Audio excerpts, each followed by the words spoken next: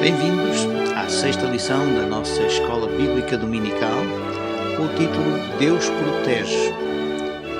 E é natural que o autor da revista, ao colocar este título Deus Protege, procura mostrar que Deus protege o seu povo dos seus inimigos. Embora a palavra inimigos aqui poderá ser muita coisa e não pura e simplesmente pessoas em termos físicos. Mas o nosso texto baseia-se no capítulo 31 do livro de Isaías. E é este capítulo que está inserido exatamente nesta coleção de ais, que vai desde o capítulo 25 até ao capítulo 35. E realmente quando nós olhamos aliás, vai desde o capítulo 28, até ao capítulo 35. E o objetivo, no fundo, do texto de Isaías é poder mostrar que agora nesta coleção há uma série de ais contra Israel, embora, mais uma vez, nós encontremos intercalado nestes ais, nestes lamentos, a mensagem de esperança, a mensagem de salvação, a mensagem de restauração do nosso Deus para o seu povo, porque este é o propósito de Deus. O tema da nossa lição leva-nos a refletir então sobre esta questão da proteção de Deus e como Deus verdadeiramente protege aqueles que são seus. Porque este é o seu plano, esta é a sua vontade. No entanto, o texto não deixa de ter constantemente a mensagem de uma ameaça ou de algo que iminentemente está à paira sobre as cabeças do povo de Deus, porque o povo é rebelde, porque o povo é obstinado, porque o povo muitas vezes procura o seu refúgio e a sua proteção noutras coisas que não propriamente em Deus. O versículo bíblico para nós decorarmos intitula-se exatamente assim: como aves que protegem seus filhotes sobre as asas, assim o Senhor dos Exércitos protegerá Jerusalém. Ele protegerá e a livrará. Quando passar, ele a salvará. Ora, esta é a versão que nós temos na nossa revista e que segue exatamente o texto da versão Almeida do século XXI. Embora as outras versões sejam um pouco diferentes neste texto em si, por aquilo que ele procura enfatizar, no entanto, o objetivo, a ideia central encontra-se exatamente lá. Os três tópicos que vamos desenvolver estão associados então com uma falsa esperança, capítulo 31, versículos 1 a 3. Depois teremos a verdadeira fidelidade, que abrange então os versículos 4 e o versículo 5, e finalmente o arrependimento que o autor procura desenvolver a partir do versículo 6 até ao versículo 9. Ora, como nós sabemos, estes textos que nós já enfatizamos do capítulo 28 até ao capítulo 33, ou se nós quisermos exatamente até ao capítulo 35, uma vez que os 34 e o 35 também fazem parte, e nós já vimos que os versículos restantes, ou os capítulos restantes, já estão inseridos exatamente numa questão que diz respeito ao rei Ezequias e aquilo que ele procura dizer e ele procura fazer, assim como a professora Sandra Richter acaba por dizer que nós temos aqui um Ezequiel quase fiel, mas concentrando-nos exatamente nesta questão dos ais, que diz respeito a estes capítulos, estes lamentos que o profeta profere sobre o seu povo e sobre o povo de Israel, enfatiza ao mesmo tempo a questão de Deus estar a julgar e efetivamente não faltar à sua palavra de julgamento caso o povo não se arrependa, caso o povo não se volte para ele. E esta é verdadeiramente a mensagem. Nós já sabemos que, então, principalmente esta referência desde o capítulo 30 até ao capítulo 31, nós teremos aqui um contexto histórico que será mais ou menos este. Depois de Ezequias ter procurado, no fundo, não pagar mais os impostos ao rei da Assíria, então o rei acaba por chegar até Jerusalém, mais ou menos no ano 701, e procura sitiar a cidade de Jerusalém, para obrigar este povo verdadeiramente a pagar os impostos. Ora, nós sabemos que, de acordo com as indicações históricas, Senaqueribe veio por ali fora e conquistou uma série de cidades na Judeia. Aliás, de acordo com as suas inscrições naquilo que nós chamamos de o cilindro de Senaqueribe, que é um documento histórico porque arqueologicamente foi descoberto então esse prisma, onde ele relata os seus feitos e aquilo que ele praticou na região da Judeia, dizendo que conquistou cerca de 46 cidades ali, e há uma referência muito forte principalmente à cidade de Laquis, e há várias indicações, inclusive achados arqueológicos que mostram o povo de Laquis a vir ter com Senaqueribe para ofertar as suas dádivas. A realidade exatamente é esta. Quando o povo veio para cercar, o povo cercou Jerusalém, Senaqueribe várias vezes enviou mensageiros a dissuadir o povo para que não resistisse ao seu cerco. Ezequias procura, no fundo, também ajuda no Egito, e esta é a mensagem que nós encontramos nestes capítulos 30 e 31, em que tudo parece indicar que o povo está voltado a confiar mais no Egito do que propriamente em Deus.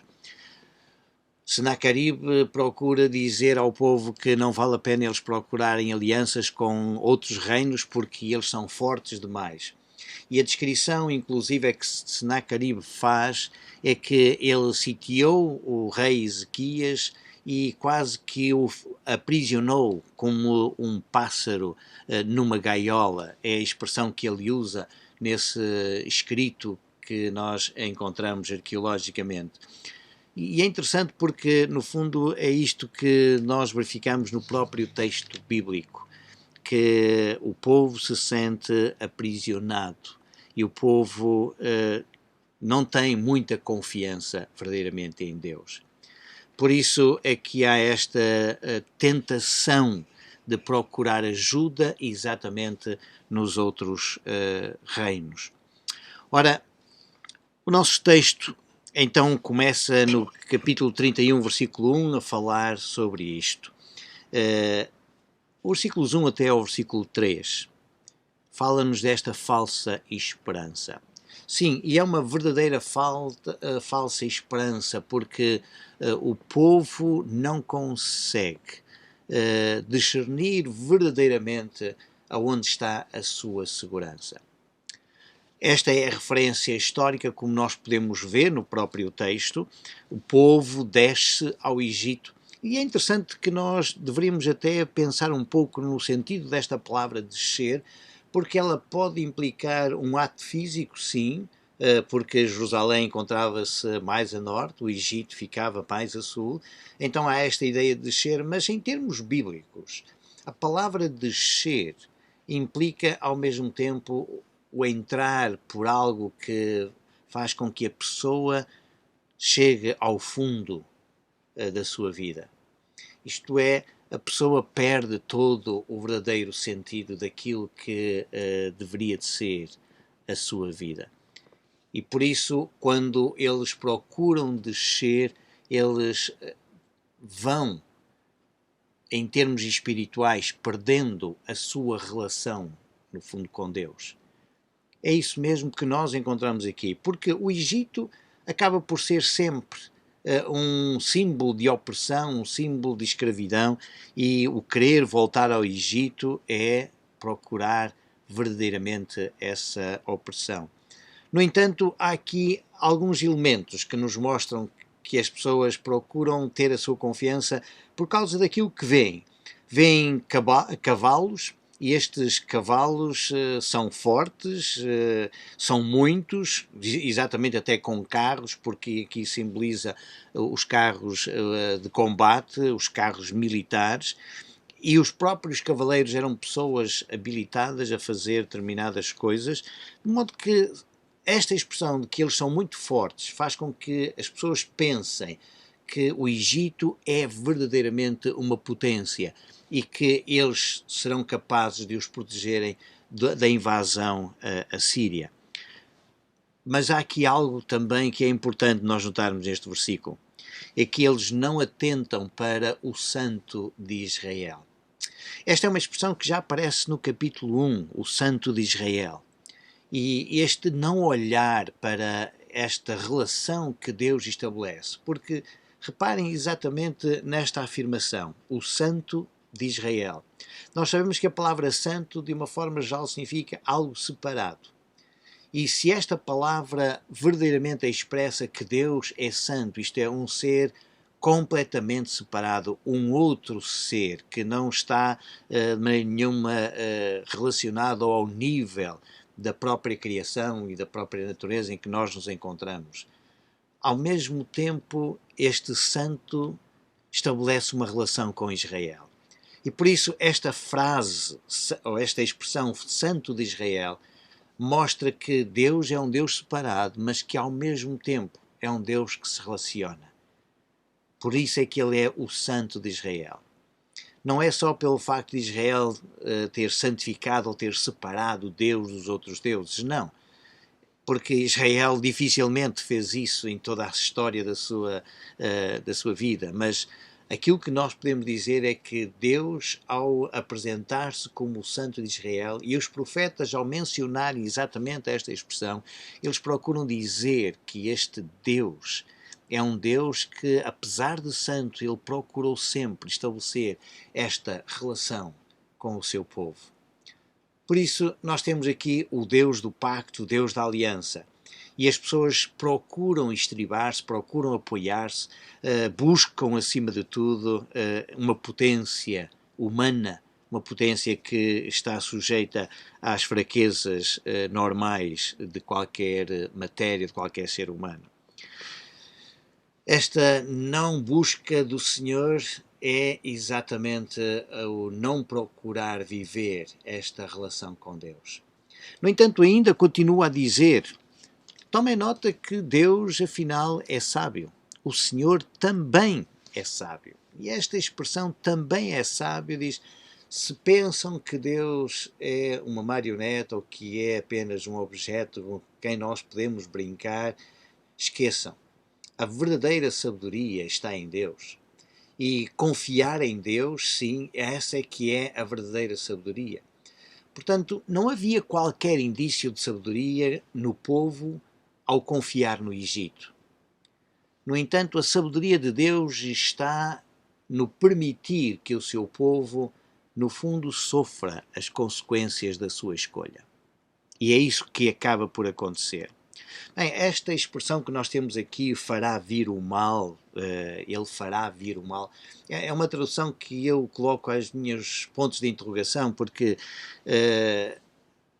não é Deus que faz vir o mal.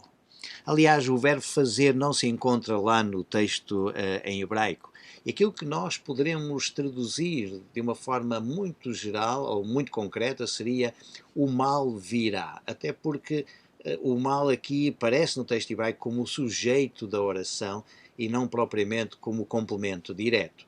Daí que esta palavra mal deve ser aquele que pratica a ação. Claro que nós podemos dizer, mas o mal em si está aqui personificado, é evidente com isso. O mal é visto provavelmente na vinda do império da Assíria ou do exército assírio que vem sitiar Jerusalém, e esse poderá ser visto exatamente como mal. Por isso, não é Deus que faz vir o mal, mas Deus permite que o mal venha. Até porque esta iniciativa é uma iniciativa de Senaqueribe, porque vê que os seus cofres não têm o pagamento ou os impostos do reino de Judá e por isso eles querem esse dinheiro. Daí que o objetivo é, a sabedoria de Deus está nisto, em deixar que determinados contornos da história possam servir os seus propósitos.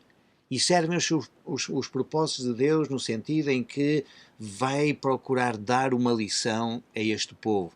Um povo que está prestes a confiar mais no Egito do que verdadeiramente a confiar em Deus. É evidente que isto nos lança realmente alguma questão importante, e estas questões importantes nós encontramos na nossa revista, apesar de logo no início nós termos exatamente essa reflexão, essas perguntas de reflexão, que seriam: como é que uma crise revela o verdadeiro caráter e a crença de uma pessoa? Melhor, claro que nós sabemos que a maior parte das vezes essa mesma crise poderá demonstrar ou o lado negativo ou o lado positivo da nossa confiança, ou do nosso caráter, do facto de nós nos intitularmos cristãos e de sermos chamados filhos de Deus. A outra questão é: porque é que faz sobressair o melhor e o pior na pessoa? Sim. É nestas situações que nós podemos ver até que ponto a pessoa é capaz de continuar a permanecer fiel a Deus, ou se começa logo a pôr em dúvida, a pôr em causa. É isto que nós encontramos constantemente nas pessoas, sempre a pôr em causa a ação de Deus ou o caráter de Deus. No entanto, estas crises, o que elas procuram demonstrar é até que ponto nós verdadeiramente confiamos em Deus. Aí o nosso caráter é demonstrado. Aí nós demonstramos em quem nós verdadeiramente cremos. Ou se a nossa fé é verdadeira, se é firme, se está estável, ou se pelo contrário continua ali um bocado titubeante. Quando nós olhamos para este texto, nós continuamos a verificar que Deus, apesar de tudo, mantém-se pela sua santidade, pela sua justiça, contra os malfeitores, contra a ajuda dos que praticam a iniquidade. Aqui neste versículo 2 nós poderíamos também entender algo muito interessante nesta questão de ajuda que as nossas Bíblias têm no final do versículo 2, porque a palavra hebraica dá-nos a ideia de um recinto, isto é, o local onde os que praticam a iniquidade se encontram. E isto estaria exatamente em paralelo com a frase anterior, quando nos diz que Deus se levantará contra a casa dos malfeitores. E então nós aqui teríamos exatamente a mesma situação. A palavra ajuda aqui é aquela palavra que distingue exatamente o recinto, ou até mesmo a palavra às vezes significa tribunal. Faz sentido que se interprete assim estas frases, porque elas estão em aposição e elas ajudam-se a entender uma à outra. Por outro lado, aquilo que acontece é que o versículo 3 marca claramente a situação daquilo que é o ser humano. Reparem como o profeta acaba por dizer ao seu povo: os egípcios são homens, os cavalos são carne. Até parece que é preciso lembrar constantemente que os seres humanos não são Deus, não são divinos. E é interessante porque aqui a palavra Deus, nós só temos a palavra El e não a palavra Elohim, precisamente para talvez demonstrar assim aquele El que nós até poderíamos reconhecer, lembrar desde a antiguidade. Sim, este Deus. Mas os seres humanos são Deus? Não. Aquilo que o texto bíblico nos mostra é que os seres humanos foram feitos do pó da terra. Aliás, se nós quiséssemos perceber um pouco desta expressão, lá no texto de Gênesis, no capítulo 2, versículo 7, é que a expressão é exatamente esta. Quando nós encontramos a palavra aqui, estes homens, a palavra homens é a palavra Adam, aqui no texto de Isaías, portanto refere-se aos seres humanos, são humanos.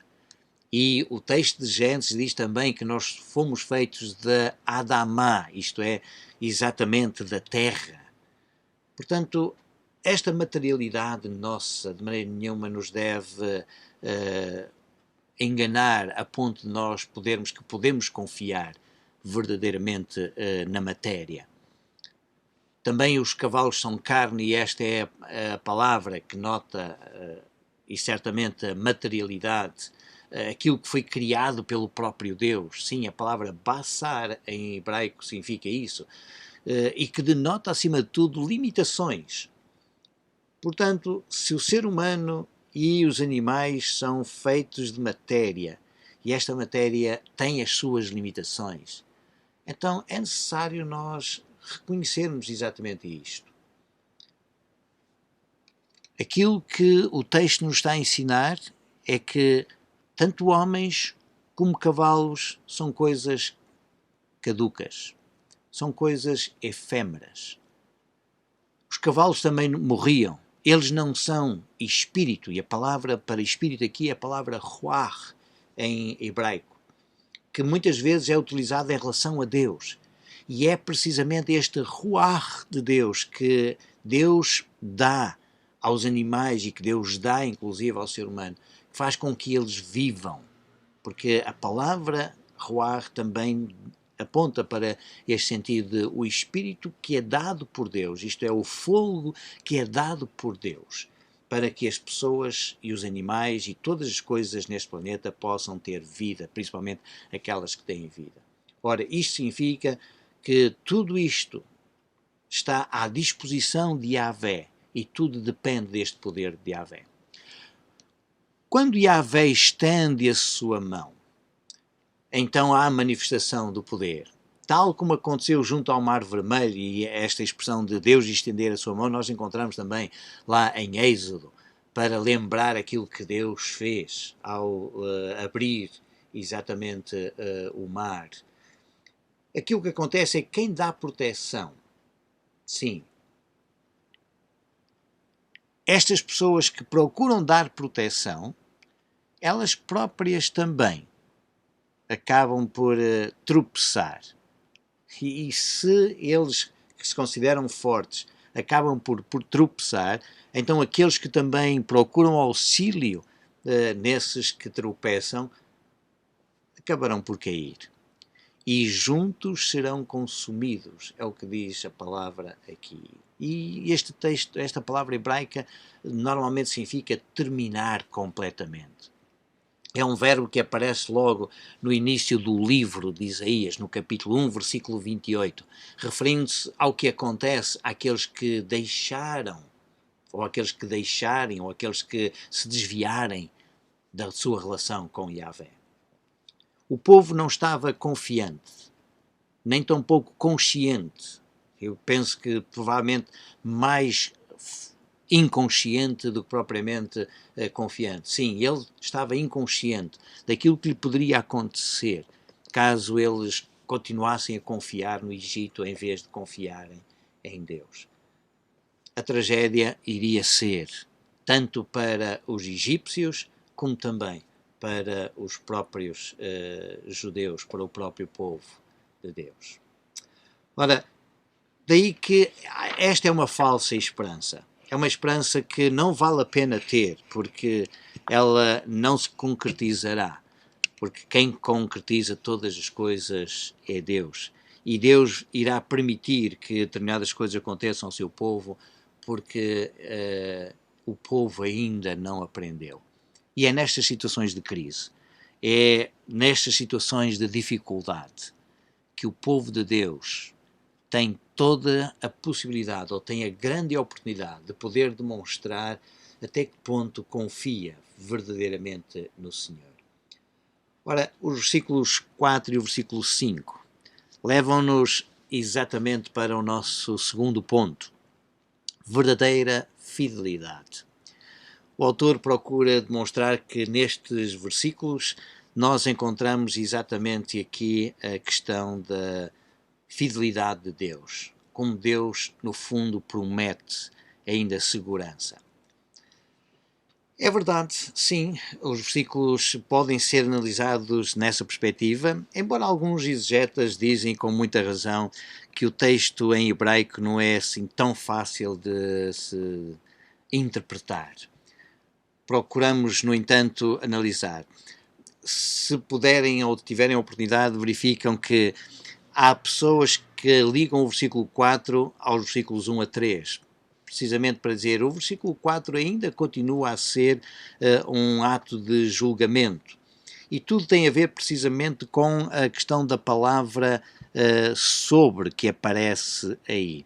No final, por exemplo, do versículo 4, nós lemos: assim o Senhor dos Exércitos descerá para pelejar sobre o monte Sião e sobre o seu outeiro. Ora, esta palavra, esta preposição sobre, em hebraico, também pode ser, a maior parte das vezes, traduzida por contra. E isto nós encontramos exatamente isso no versículo 2, por exemplo, quando nós lemos: mas levantar-se-á contra a casa dos malfeitores. É a mesma preposição em hebraico. No entanto, também sabemos que é natural que às vezes a palavra possa ser traduzida por sobre.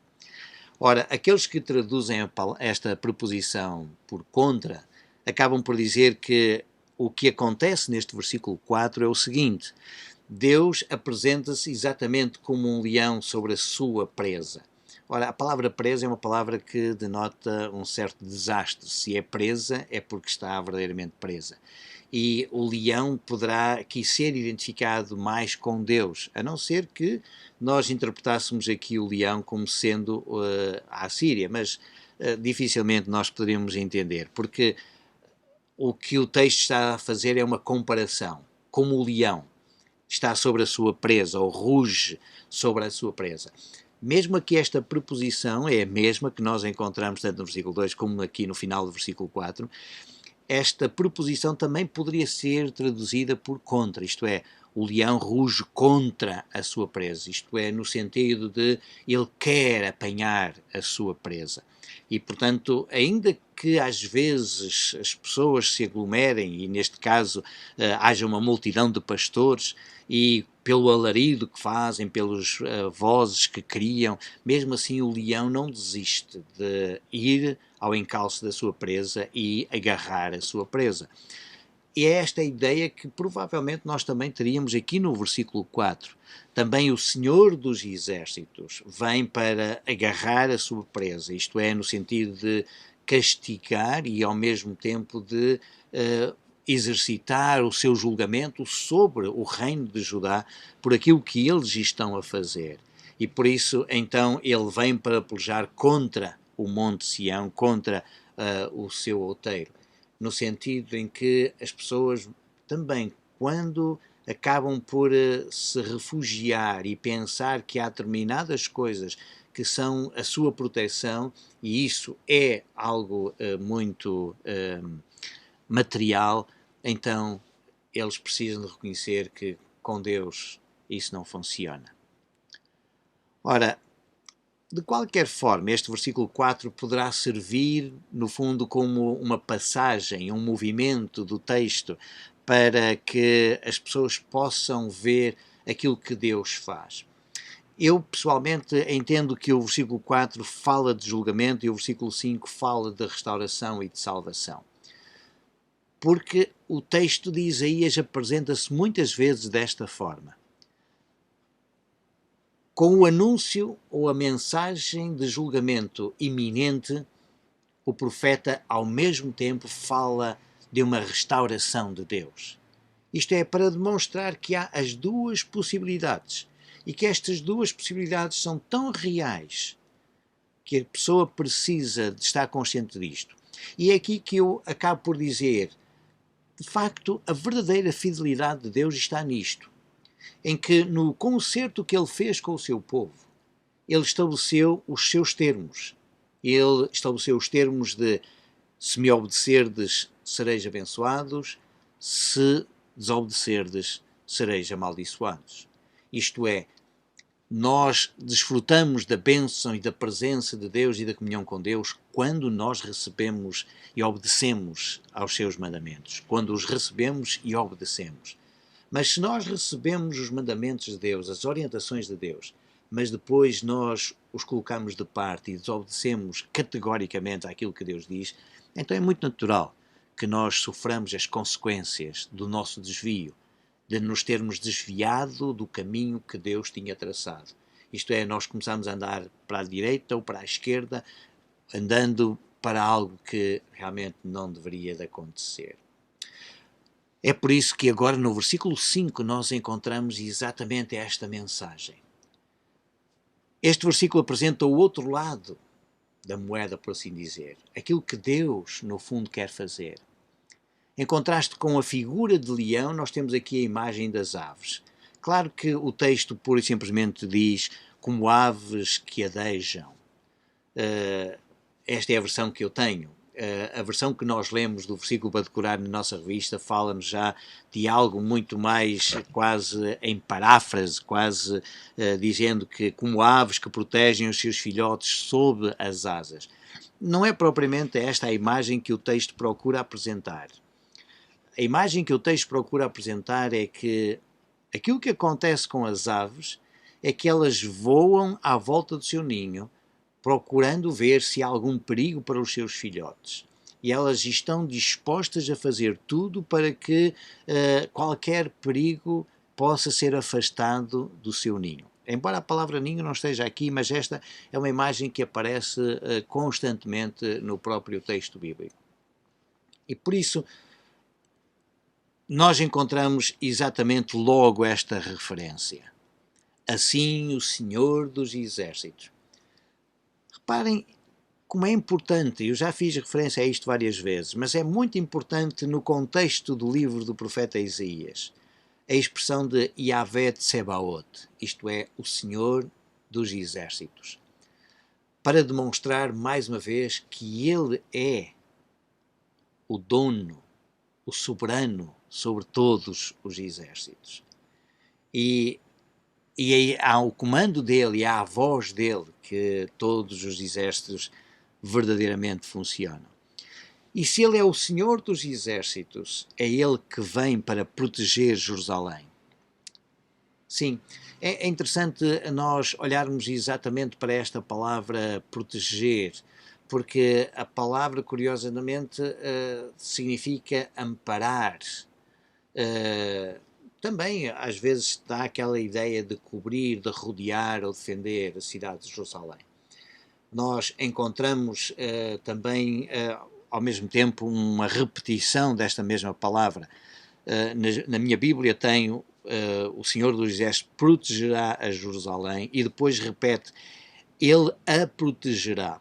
Mas é interessante porque este segundo proteger, o verbo encontra-se exatamente no infinitivo, para realçar ou pelo menos tornar enfático aquilo que é dito no verbo anterior, que é o mesmo verbo. É o mesmo verbo proteger ou verbo amparar, de acordo com algumas versões, e por isso mesmo ele diz, o Senhor amparará, amparando, ou a amparar, ou no ato de praticar este amparo constantemente. Por outras palavras, o Senhor verdadeiramente amparará, protegerá, cobrirá a cidade de Jerusalém. E depois vem então sim a palavra livrar, associado a um outro infinitivo que é o verbo passar. Sim, e ele livrará ao passar. Nós poderíamos traduzir literalmente desta forma. Tendo em atenção ao mesmo tempo que a palavra que nós temos aqui para passar é a palavra passar em hebraico e que nos faz lembrar exatamente aquela passagem do Senhor sobre as casas do povo israelita quando estavam lá no Egito e pintaram as suas ombreiras das portas com o sangue do Cordeiro.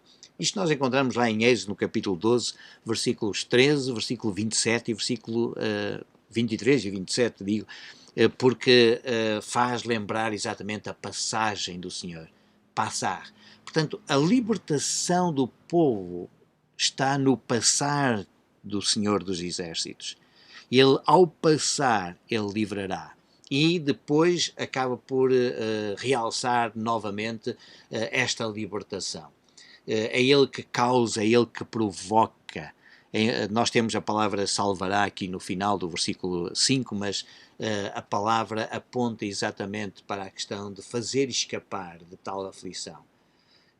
Isto faz lembrar exatamente aquilo que nós lemos no apóstolo Paulo, que não virá sobre vós provação nenhuma que não seja humana, mas juntamente com esta provação o Senhor também vos dará um escape para que a possais suportar.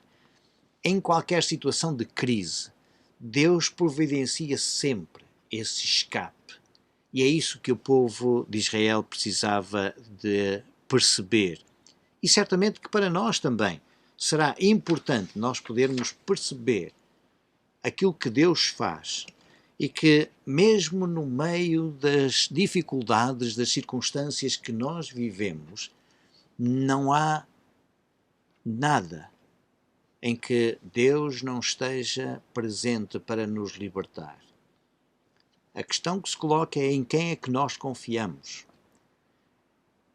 para quem é que nós nos dirigimos para nos vermos livres de determinadas situações, sabendo que é através da nossa relação com Deus que Deus nos vai revelando também aquilo que nós precisamos de fazer para nos livrarmos de determinadas situações perigosas para a nossa vida. Chegando ao terceiro tópico, o arrependimento. Os versículos 6 a 9, e nós encontramos exatamente aqui. Aqui nós temos a tal primeira chamada ao arrependimento para os filhos de Israel. Voltai-vos, filhos de Israel. Sim, voltai. O verbo shub em hebraico é o verbo que denota a urgência de conversão. E durante o livro de Isaías, nós não encontramos nenhuma vez nos capítulos anteriores, a não ser agora. E agora porque o profeta vê que é urgente, que o povo se volte. O profeta já falou tantas vezes daquilo que Deus iria fazer, aquilo que Deus fez inclusive com Samaria em 722, quando os assírios cercaram e levaram e arrasaram completamente o reino do norte, o reino de Israel. Agora esta mensagem para o reino de Judá, o reino do sul, é a mensagem também que diz: viram aquilo que Deus permitiu que acontecesse àqueles que não buscaram a sua face, àqueles que não viveram a relação com Deus. Por isso, hoje, agora, é necessário que nós nos voltemos. Que nos voltemos exatamente para aquele contra quem nós nos temos rebelado, contra quem nós nos temos voltado. É exatamente este texto que nos faz lembrar a importância de nós nos arrependermos. O arrependimento é fundamental na vida de qualquer filho de Deus, porque trata-se de uma profunda apostasia que está a acontecer aqui no povo de Deus. Esta apostasia, esta rebelião, é negar completamente tudo aquilo que Deus tem feito ao longo da história. E por isso mesmo acham que é preferível confiar no Egito, no Império egípcio, do que propriamente naquilo que Deus pode fazer. A palavra rebelar que nós temos aqui é uma palavra que aparece no Antigo Testamento apenas 8 vezes. E esta rebeldia significa que o povo deixou Yahvé, desprezou o Santo de Israel. Isto nós leríamos já no capítulo 1, nos versículos 4 e versículo 5. Lá atrás, logo no início, esta é a tónica exatamente do profeta Isaías. O povo desprezou o Santo de Israel. A mesma expressão que nós encontramos aqui no início do capítulo 31. Ora, esta rebeldia também se nota na tomada de posição, em buscar o quê? Buscar conselho, buscar orientação nas outras pessoas e não no Senhor. Se é isto que as pessoas procuram, então tomem nota. Tomem nota muito bem, porque um verdadeiro arrependimento traria estas condições para as pessoas. E quais seriam as condições para as pessoas? Era nós verificarmos naquele dia em que as pessoas se voltam para Deus.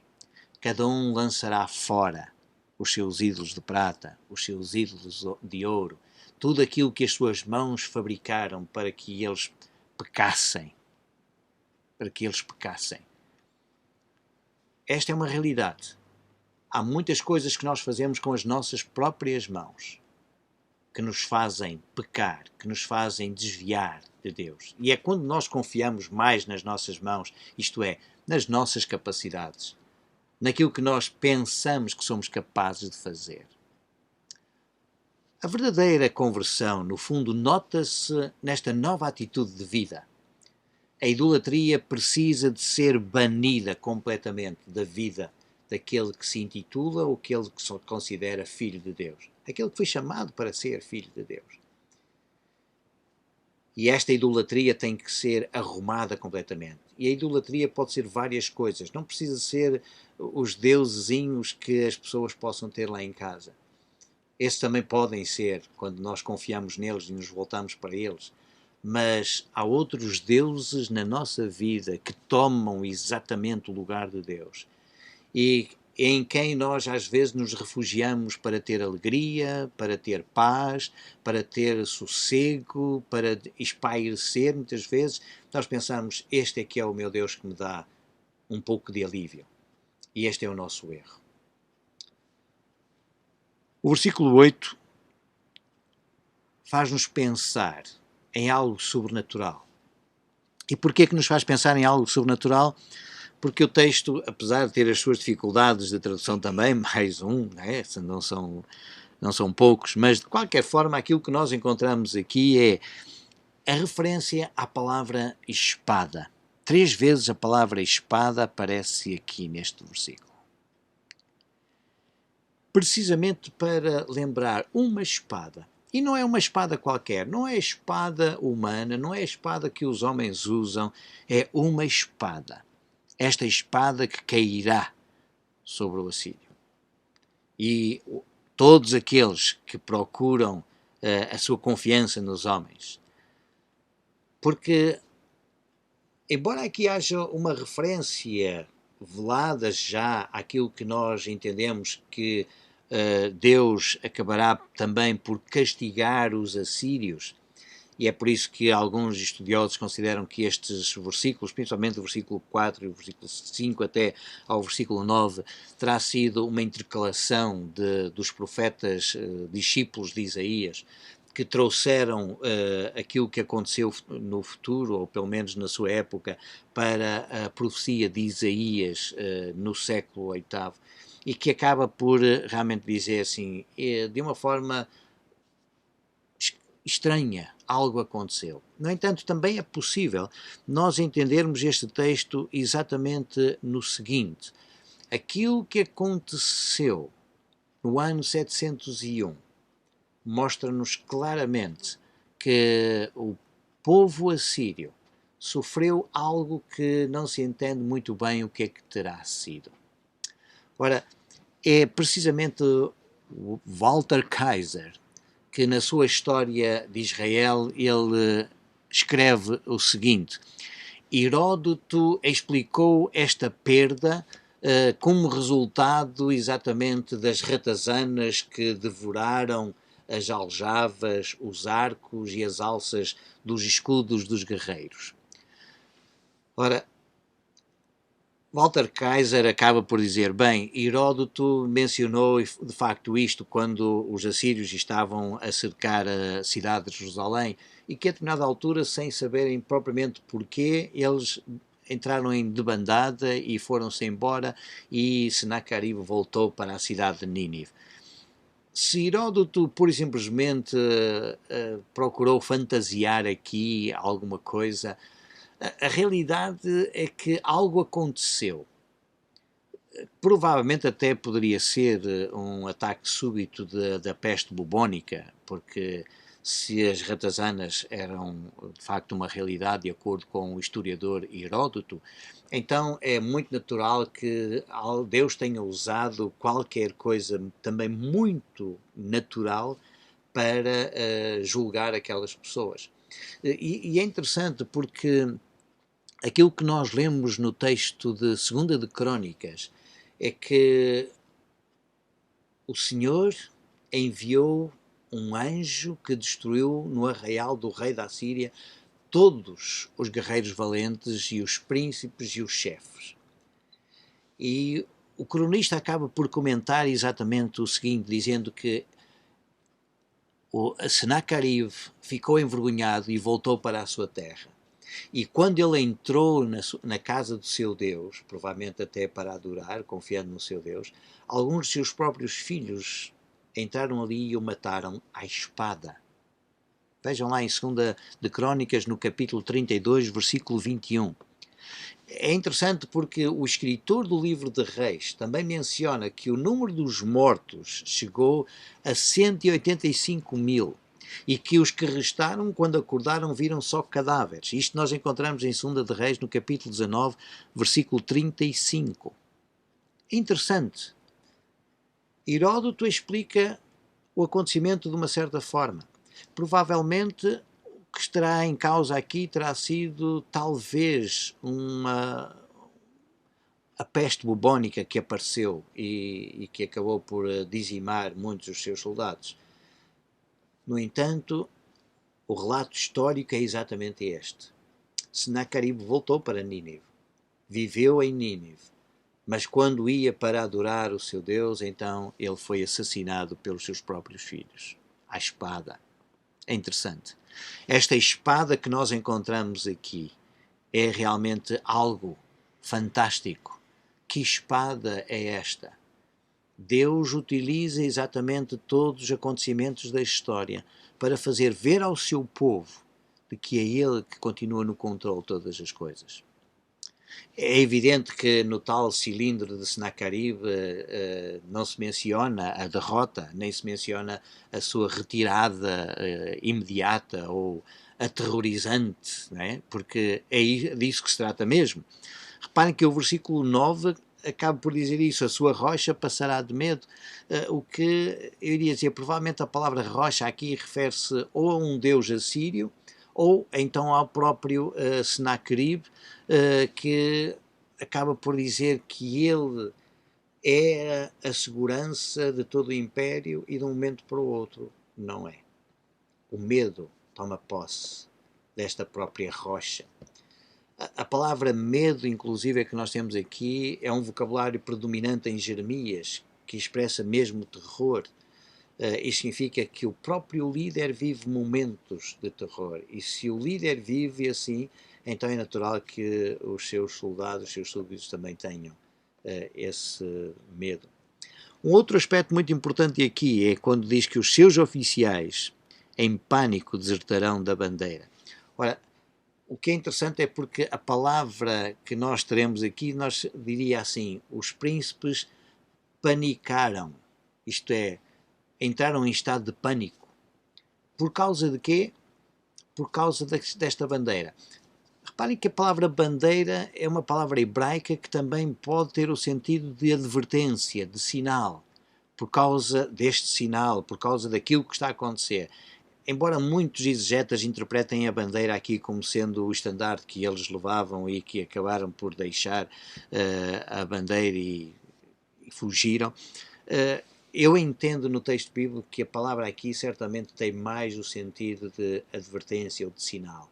Aquele sinal que Deus deu foi o suficiente para que as pessoas entrassem em pânico. E é isto que acontece. No entanto, nós chegamos ao final. E aquilo que temos então como final, que deveria estar separado, no meu entender, esta parte final do versículo devia estar exatamente separada. Porque nós temos aqui a expressão Neum, e a palavra hebraica Neum significa declaração, afirmação. Esta é a afirmação do Senhor, de Yahvé. E depois aponta exatamente cujo fogo está em Sião e em Jerusalém a sua fornalha. A palavra para fogo é a palavra predominante em Isaías, porque ele usa 5 das 6 vezes em que a palavra aparece em todo o Antigo Testamento. Portanto, reparem que esta palavra é um vocabulário muito exclusivo do profeta Isaías. A outra palavra aparece no profeta Ezequiel, no capítulo 5, versículo 2. E a palavra fornalha apresenta aqui como que em uma aliteração, porque ambas as palavras terminam da mesma maneira em termos de hebraico, criando um som que trabalha exatamente no pensamento e na mente das pessoas quando ouvem este som da palavra fogo e da palavra fornalha. Ora, o fogo e a fornalha são dois elementos que se completam. E os exegetas Schokal e Dias, eles acabam por dizer que estas duas palavras significam o castigo divino em vez de elementos do culto. Mas eu não vejo necessidade em que nós possamos pensar que a palavra fogo aqui e a palavra fornalha possam significar realmente julgamento. Porque agora o que se trata é de uma declaração de Yahvé. E esta declaração de Yahvé é precisamente dizer: eu sou o fogo presente em Sião. Eu sou a fornalha em Jerusalém. Por isso nós entendemos que a palavra fogo aqui é um símbolo da presença divina no meio do seu povo. A palavra fornalha, que é onde normalmente o fogo está, porque é um objeto, não é? É uma peça, ou muitas vezes faz lembrar exatamente os fornos antigos, é exatamente, provavelmente, uma referência ao templo que se encontrava no meio da cidade de Jerusalém. E o que isto significa é que é a partir dali que Yahvé transmite a sua mensagem para todo o povo, para todas as nações, estando ali presente. Yahvé é como que um fogo que purifica, mas que ao mesmo tempo também queima, destrói aquilo que realmente não presta. E Deus quer que cada um de nós possa ser colocado exatamente aí. Por isso, a nossa confiança neste ato de que Deus protege torna-se uma evidência na forma como nós reagimos às situações de crise e dificuldades que nós vivemos. É caso para nós pensarmos como é que esta mensagem de Isaías comunica verdadeiramente a questão do amor de Deus pelo seu povo, o amor de Deus por cada um de nós. Como é que nós podemos aplicar este capítulo 31 às nossas vidas hoje e como é que nós vamos viver hoje, tendo em atenção a isto? Se nós procuramos conselho, refúgio, proteção em tudo aquilo que não é o verdadeiro Deus, provavelmente nós estamos a desprezar o Santo de Israel. E se nós desprezamos este Deus que fez uma aliança connosco, nós corremos sérios riscos de sofrer o seu julgamento, que é real, que é verdadeiro. Porque Deus é fiel. A verdadeira fidelidade de Deus está nisto, em que Deus concretamente deixa que as pessoas sofram as consequências dos seus atos, mas concretamente também Ele promete restauração, renovação. E a evidência de uma restauração na nossa vida está quando nós deitamos fora tudo quanto na nossa vida prejudica a nossa relação com Deus. E agora nos voltamos para Ele e nos voltamos verdadeiramente arrependidos. Por isso, que Deus nos abençoe e até à próxima